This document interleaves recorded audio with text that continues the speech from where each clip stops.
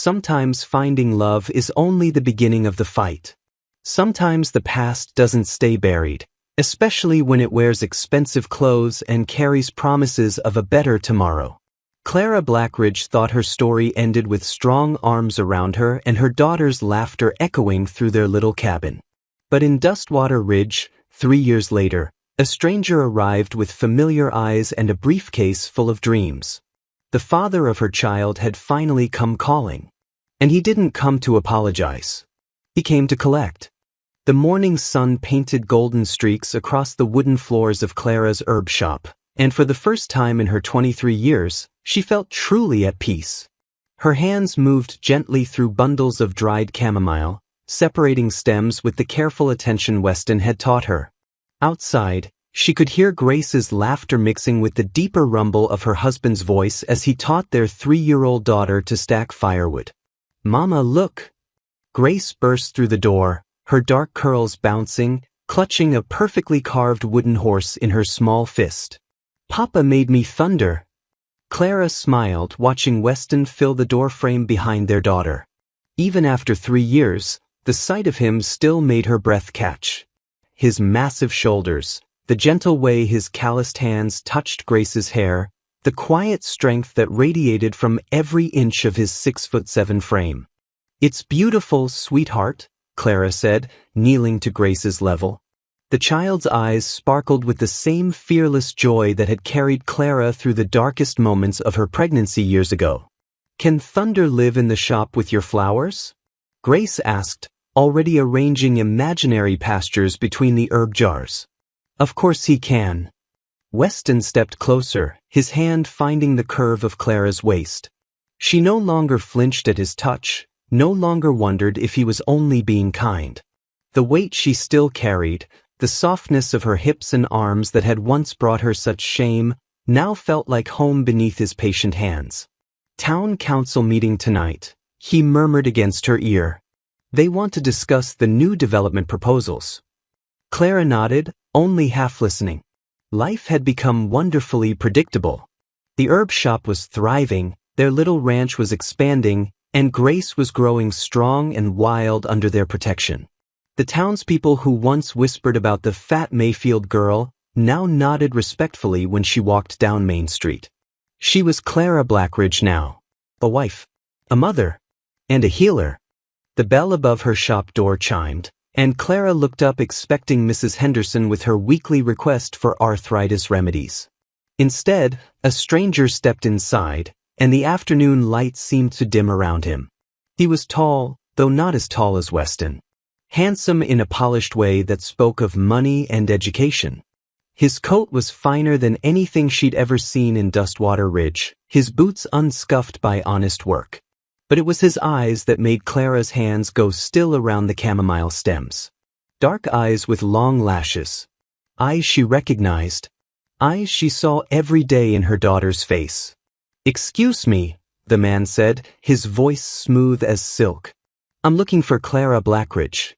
I was told I might find her here." The wooden horse fell from Grace's hands, clattering against the floorboards. Clara's mouth went dry. Behind the stranger, through the shop window, she could see Weston loading lumber onto their cart, unaware that their entire world was about to shift. "I'm Clara," she whispered. The man stepped closer, and she caught the scent of expensive cologne, nothing like the honest smell of sawdust and leather that clung to Weston's skin. "My name is Jonathan Whitmore," he said, extending a gloved hand she didn't take. "I believe we have a daughter to discuss." The world tilted. Clara gripped the counter to steady herself, memories flooding back like ice water. Jonathan at 18, visiting Dustwater Ridge with his father's business dealings. Sweet words whispered behind the church. "You're beautiful just as you are, Clara. This is meant to be between us." The taste of first love. The weight of his promises. The morning she'd found him gone, vanished like smoke, leaving only the growing life inside her belly and the crushing certainty that she'd been nothing more than a conquest. Grace looked up from where she'd been arranging her wooden horse, studying the stranger with curious eyes. "Are you a friend of Papa's?" Jonathan's gaze moved to the child, and Clara watched his face change. Recognition. Calculation. Something that made her skin crawl. "No, little one," he said softly. "But I'm a very old friend of your mama's." Clara found her voice, though it came out rougher than she intended. "Grace, go find Papa. Tell him I need him." "But Mama." "Now, sweetheart." Grace must have heard something in her tone because she grabbed her wooden horse and ran toward the door without argument. Clara watched through the window as her daughter raced toward Weston, her small legs pumping with urgent purpose. Jonathan followed her gaze and chuckled. "She's gotten big. Beautiful child. She has my eyes. What do you want?" Clara's voice was barely above a whisper. Jonathan turned back to her, and she saw the man he'd become. Still handsome, still charming, but there was something harder now. Something that spoke of years of getting exactly what he wanted. "I want to make things right, Clara. I've come back for my family." Through the window, she watched Weston drop his lumber and kneel to Grace's level, listening intently as she gestured toward the shop. Even from a distance, Clara could see the moment he understood. His massive frame went still, his head turning toward the shop window. Their eyes met across the distance, and Clara saw her husband's heart break in real time. The evening air hung heavy and still as Clara sat on their porch steps, watching Grace chase fireflies in the gathering dusk.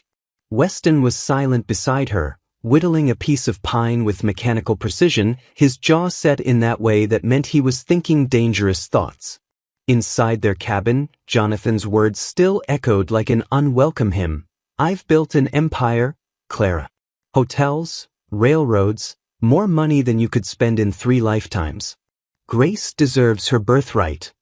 Clara had told him to leave, had watched him tip his expensive hat and promised to return tomorrow for a proper conversation.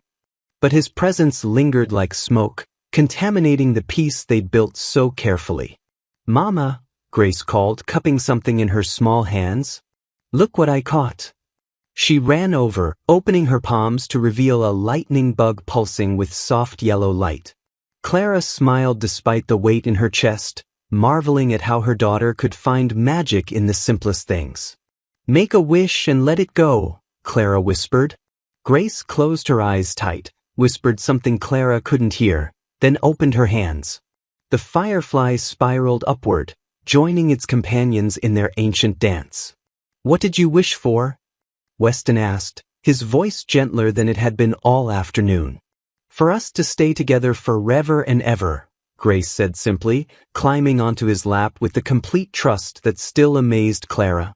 "Can we, Papa?" Weston's knife went still. Clara saw his throat work as he swallowed hard. "That's a good wish, little one." After Grace was tucked into bed, her wooden horse clutched tight against her chest, Clara and Weston finally talked. Really talked. "He's her blood father," Clara said, the words tasting like ash. "I can't pretend otherwise." "Blood doesn't make a father," Weston replied, but she could hear the uncertainty underneath his certainty. Clara turned to face him fully, studying the man who had saved her when she had nothing left to save. His face was weathered from years of honest work, his hands scarred from building their life together piece by piece. He wasn't handsome like Jonathan, wasn't educated or refined or wealthy, but he was real. "I was 17 when it happened," she said quietly. "He told me I was beautiful, that what we were doing was natural, meant to be. I believed him because nobody had ever called me beautiful before." Weston's jaw tightened. "You were a child. I was naive." Clara pulled her shawl tighter around her shoulders. "When I told him about the baby, he went white as bone. Said his father would disown him. Promised he'd come back for me once he figured things out. But he didn't. No. He ran. Left me to face the shame alone. Left me to watch my father's disgust grow until he couldn't stand the sight of me." Clara remembered those months. The weight gain that came with pregnancy adding to the weight she already carried. The whispers at church. Her father's cold anger, the way he stopped speaking to her except to issue orders. "When Papa gave me to you," she continued, "I thought it was the end of my story. I thought I was ruined, worthless, good for nothing but punishment. Weston reached for her hand, his fingers rough and warm around hers. You were never those things. I know that now. Because of you. Because you saw worth in me when I couldn't see it in myself. They sat in silence for a moment, listening to the night sounds of their ranch. Cattle lowing in the distance. The creak of the porch boards. Grace's soft breathing through the cabin window. He's changed, Clara said finally. Jonathan. He's confident now. Successful. Everything he promised he'd become. And you think Grace deserves that? It wasn't a question, but Clara answered anyway. Don't you? Look at this place, Weston. Look at what we have. It's beautiful to us, but it's still just a cabin and some cattle. He's offering her education, society, opportunities we could never dream of. Weston was quiet for so long Clara thought he wouldn't answer. When he finally spoke, his voice was rougher than usual. I can't give her fancy dresses or piano lessons. Can't send her to those schools back east or teach her to speak like a lady. All I can give her is love and protection and the promise that I'll never walk away. That's everything, Clara said quickly. Is it? He turned to look at her, and she saw the doubt he'd been hiding. When she's older and sees what she could have had, will it still be everything then? Clara's heart broke a little. In 3 years of marriage, she'd never seen Weston doubt himself. Never seen him question whether his love was enough. He wants to see her tomorrow, she said. Spend time with her. Get to know his daughter. And you told him? I told him I'd think about it. Weston nodded, returning to his whittling with movements that spoke of barely controlled emotion. Clara watched his hands work, creating something beautiful from nothing, and tried to ignore the voice in her head that sounded suspiciously like her father. Maybe the girl deserves better than this. Jonathan Whitmore arrived the next morning in a carriage that cost more than most families in Dustwater Ridge earned in 5 years.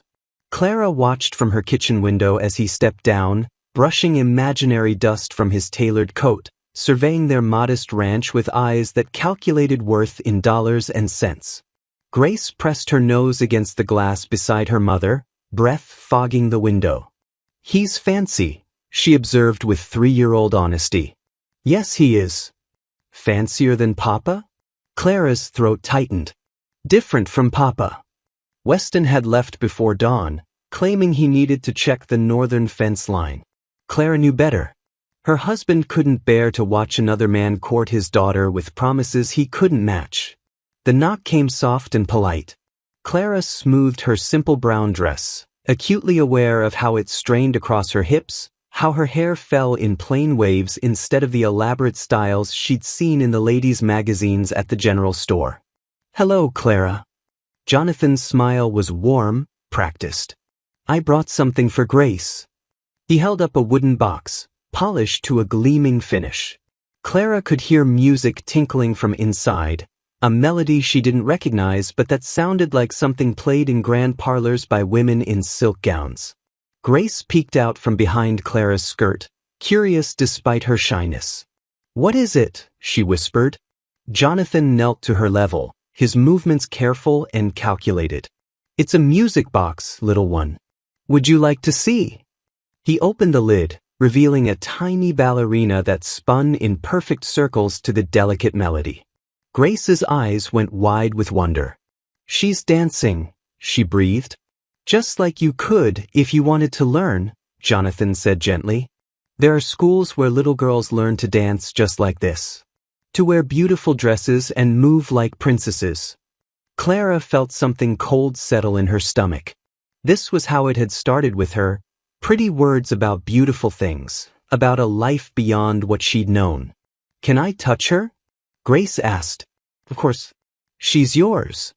Grace reached out with careful fingers, touching the tiny dancer with reverent awe. Clara had never seen her daughter handle anything so delicate, so fine. Their world was made of carved wooden horses and wildflower bouquets, sturdy things built to last, but nothing like this fragile beauty. What do you say, Grace? Clara prompted. Thank you, Mr. Whitmore, Jonathan supplied. But you can call me Jonathan. We're going to be great friends, you and I. Over the next hour, Clara watched her daughter fall under Jonathan's spell. He told stories about great cities with buildings that touched the sky, about zoos filled with exotic animals and theaters where people sang and danced on enormous stages, about schools where children learned to speak French and paint pictures and ride horses that cost more than some houses. And with every story, Clara felt herself shrinking. "Look at you, Clara," Jonathan said when Grace ran inside to show the music box to her wooden horse collection. His voice carried that same intimate tone that had once made her teenage heart flutter. Still heavy, still struggling to make ends meet. The words hit like physical blows. Clara's hands moved instinctively to cover her stomach, the way they had when she was pregnant and ashamed. "I could change all that," he continued. "Grace deserves a mother who doesn't have to scrub floors just to survive. Who doesn't have to worry about whether there's enough money for winter supplies." "We manage fine," Clara said, but her voice lacked conviction. "You survive. There's a difference." Jonathan stepped closer, and she caught that expensive cologne again. "You're beautiful to me, Clara. Those curves, that softness, you always were. But Grace needs refinement, education, society. Things your friend simply cannot provide." Through the window, Clara could see Weston's tools scattered around their half-built chicken coop.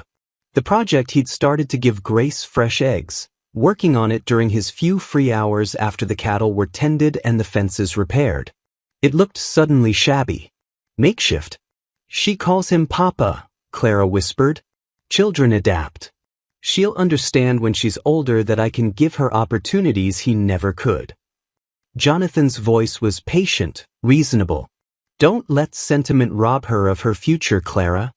When Grace returned, chattering excitedly about her treasures, Jonathan pulled out a small leather pouch. "I brought something else," he said, opening it to reveal ribbons in every color imaginable. Silk ribbons that caught the light like captured rainbows. Grace gasped. "They're so pretty." "Pretty girls deserve pretty things," Jonathan said, selecting a blue ribbon that matched Grace's eyes. "May I?" Clara watched helplessly as he tied the ribbon in her daughter's dark curls. Grace preened like a little peacock, twirling so the silk caught the sunlight streaming through their modest windows. "I look like a princess," she declared. "You are a princess," Jonathan assured her. "And princesses deserve to live in castles, not cabins." Clara's heart clenched. She looked around their home, the home Weston had built with his own hands, where every board was placed with love, every corner filled with their shared memories. For the first time in 3 years, it felt small. "Mama," Grace said, spinning with her ribbon streaming behind her, "can I be a real princess?" Clara met Jonathan's eyes over her daughter's head and saw satisfaction there. He was winning, and they both knew it. Clara found Weston by the creek that evening, skipping stones across the water with mechanical precision. His shoulders were rigid with tension, each throw carrying the weight of unspoken fears. "She asked me where her real daddy was," he said without turning around. "When I came home and saw those ribbons in her hair." Clara's heart broke a little more. "Weston. I told her I was her real daddy. That love makes family, not blood." He threw another stone, watching it skip 4 times before disappearing beneath the surface. "But she looked at me different, Clara. Like she was seeing me for the first time and wondering why I wasn't wearing fancy clothes." Clara sat beside him on the fallen log they'd claimed as their own during their courtship. "She's 3 years old. She doesn't understand." "She understands enough." Weston's hands were still now, clenched into fists. "He's everything I'm not. Educated. Wealthy. Her blood father. How do I compete with that?" "You don't compete," Clara said firmly. "You're not in competition. You're her papa." "Am I?" The question came out raw, vulnerable. If she had to choose right now, between pretty ribbons and wooden horses, between castles and cabins, what would she pick? Clara couldn't answer because she wasn't sure. and that uncertainty was killing her. They walked home in silence, past the vegetable garden Clara had planted, past the corral where Weston trained horses, past all the markers of their simple, honest life. When they reached their porch, Grace was waiting for them, still wearing her blue silk ribbon. "Papa," she called, running toward Weston with her usual exuberance. "Look what the nice man gave me." Weston caught her up in his arms, but Clara saw him wince at the word nice. As if kindness was measured in gifts instead of years of bedtime stories and patient guidance. "It's very pretty, little one," he said. "He says I could have a whole room full of pretty things if I wanted. Is that true, Papa?" The question hung in the air like a blade. Clara watched Weston's face, saw him struggle between honesty and hope. "Maybe," he said finally. "But pretty things can't hug you when you're scared or sing you to sleep when you have nightmares." Grace considered this with the seriousness children brought to important matters. "The nice man says he could teach me to dance like the lady in the music box. Would you like that?" "I don't know." Grace pressed her face against Weston's neck, breathing in the familiar scent of sawdust and honest work. "Would you come with me to learn dancing?" Weston's eyes met Clara's over their daughter's head. "I don't know much about dancing, Grace." "You could learn too," she said with perfect 3-year-old logic. "We could learn together." That night, after Grace was asleep, Clara and Weston lay in bed staring at the ceiling. The music box sat on Grace's dresser, moonlight making the tiny ballerina glow like a ghost. "I keep thinking about what he said," Clara whispered. "About Grace deserving better opportunities." "What opportunities?" "Education. Things we can't give her here." Weston was quiet for so long Clara thought he'd fallen asleep. When he spoke, his voice was barely audible. "My father used to beat me for dropping tools or working too slow. Called me stupid, worthless. I swore when I had a family, I'd be different. Better." Clara turned toward him, seeing pain etched in the moonlight across his features. "Maybe being different isn't enough," he continued. "Maybe Grace needs more than just not being hurt. Maybe she needs what he can give her." "Don't," Clara said fiercely. "Don't let him make you doubt yourself." "I'm not doubting myself. I'm trying to do what's right for Grace, even if it kills me." Clara pressed closer, feeling the steady rhythm of his heartbeat against her cheek. "What if doing right means keeping our family together? What if it means letting her go?" The words hung between them like a chasm. Clara thought about Jonathan's confident smile, his promises of castles and culture. She thought about Grace's wonder at the music box, her excitement over silk ribbons. Then she thought about Weston reading bedtime stories in his deep, gentle voice. About him teaching Grace to whittle, his massive hands guiding her tiny fingers. About the way Grace ran to him when she scraped her knee, instinctively knowing he would make everything better. "He left me when I needed him most," Clara said quietly. "Abandoned me when things got difficult. What happens when raising Grace gets hard? When she's sick or scared or challenging? Will he stay then?" "He's her father." "You're her father. Biology is just biology. But you chose her. Chose us. Even when it would have been easier to walk away." Weston's arm tightened around her. "What if my choice isn't enough? What if she grows up and resents what we couldn't give her?" "Then we'll love her through that too," Clara said. "That's what real parents do." Outside their window, a night bird called to its mate, the sound lonely and beautiful in the darkness. Clara closed her eyes and tried to imagine their life without Grace's laughter filling the spaces between.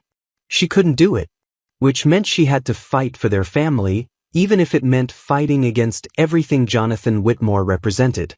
Even if it meant admitting she was terrified he might be right. The showdown came 3 days later, when Jonathan arrived with papers tucked inside his expensive leather case and determination written across his handsome features. Clara was hanging laundry when she saw his carriage approach. Grace played nearby, making her wooden horse jump over imaginary fences while humming the melody from her music box.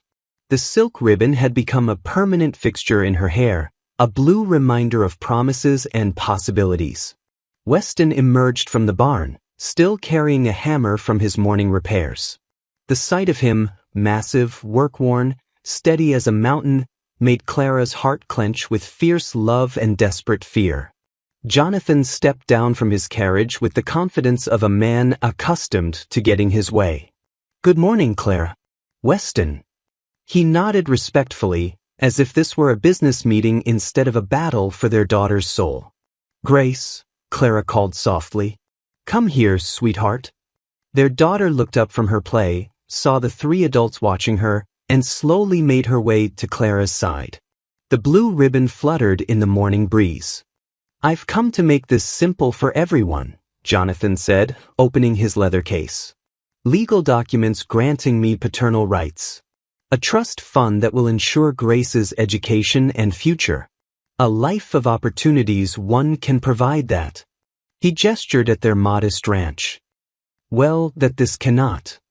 Clara felt Weston tense beside her, but he remained silent, letting her take the lead. "And what about what Grace wants?" Clara asked. Jonathan's smile was patient, condescending. "Children don't know what's best for them. That's why they need parents to make difficult decisions." "She has parents," Weston said quietly, speaking for the first time. "She has guardians who've done admirable work," Jonathan corrected. "But I'm offering her everything. The finest schools back east. European finishing. A coming-out season that will introduce her to the best families. Marriage prospects that will secure her future." Grace tugged on Clara's skirt. "Mama, what's he talking about?" Clara knelt to her daughter's level, seeing Jonathan's eyes reflected in Grace's innocent face. "He wants to take you away from us, sweetheart. To live in a big house far away. Would you come too?" "No, baby. Just you." Grace's lower lip trembled. "But who would read me stories? Who would teach me to whittle?" "I'll hire the finest tutors," Jonathan interjected. "Teachers who can give you real education, not folk crafts." The dismissal in his voice, the casual way he diminished everything Weston had poured into Grace's upbringing, ignited something fierce in Clara's chest. "Folk crafts," she repeated slowly. "Is that what you call love?" "I call it limitation," Jonathan replied. "Look at yourself, Clara. Still heavy, still struggling. Is this really the life you want for Grace? Poverty disguised as contentment." The words hit their target, just as he'd intended. Clara felt the old shame creep up her neck, the familiar voice that whispered about worthlessness and failure. But then she looked at Weston's face. He wasn't looking at her with pity or embarrassment. He was looking at her with rage, not at her, but for her. Protective fury at the man who dared to make her doubt her worth. And in that moment, Clara remembered who she really was. Not the broken girl who'd been given away like unwanted livestock. Not the shameful burden her father couldn't bear to keep. She was Clara Blackridge, wife, mother, a woman who'd built a life from ashes and love. "You're right," she said, standing slowly. "I am still heavy. I do struggle sometimes. But you know what I'm not." Jonathan raised an eyebrow, waiting. "I'm not someone who abandons children when things get difficult. I'm not someone who disappears when love gets complicated." Clara's voice grew stronger with each word. "You offered me pretty words once before, Jonathan. Then you vanished the moment that future got messy. I was young Dash. You were selfish. And you still are." Clara stepped forward, putting herself between Jonathan and Grace. "You don't want Grace because you love her. You want her because she's useful to you. A pretty accessory for your grand life. That's not Dash. You've been here 3 days," Clara continued. "Have you asked about her favorite bedtime story? Do you know she's afraid of thunderstorms but loves watching lightning from the safety of Weston's lap? Do you know she names every animal on this ranch and cries when we have to sell the calves?" Jonathan's confident smile flickered.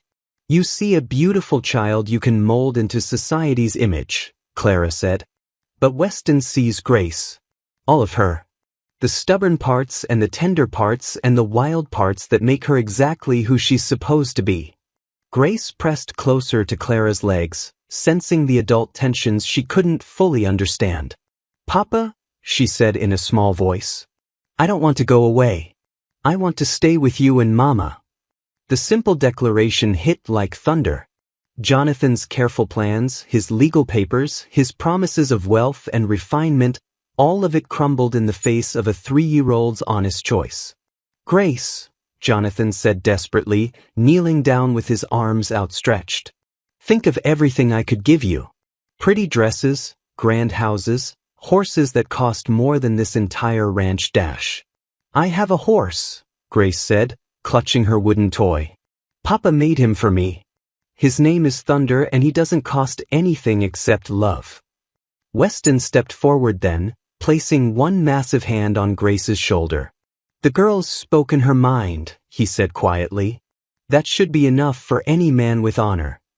Jonathan stood slowly, his face cycling through emotions, frustration, anger, and finally, defeated recognition. He looked at Clara one last time, seeing perhaps the woman she'd become instead of the broken girl she'd been. "This isn't over," he said, but his voice lacked conviction. "Yes, it is," Clara replied. "It was over the day you chose wealth over responsibility. The day you chose yourself over your child." Jonathan gathered his papers, climbed into his carriage, and drove away without looking back. Clara collapsed into Weston's arms, feeling 3 years of fear and doubt drain away. Grace wrapped her small arms around both their legs, creating a circle of love that no amount of money could break.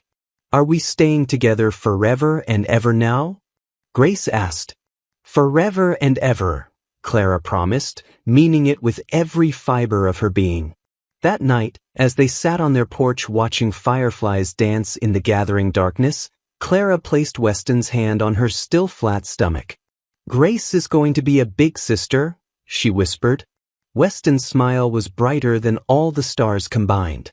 Their family was complete. Tell us where you're listening from and what you thought of part 2.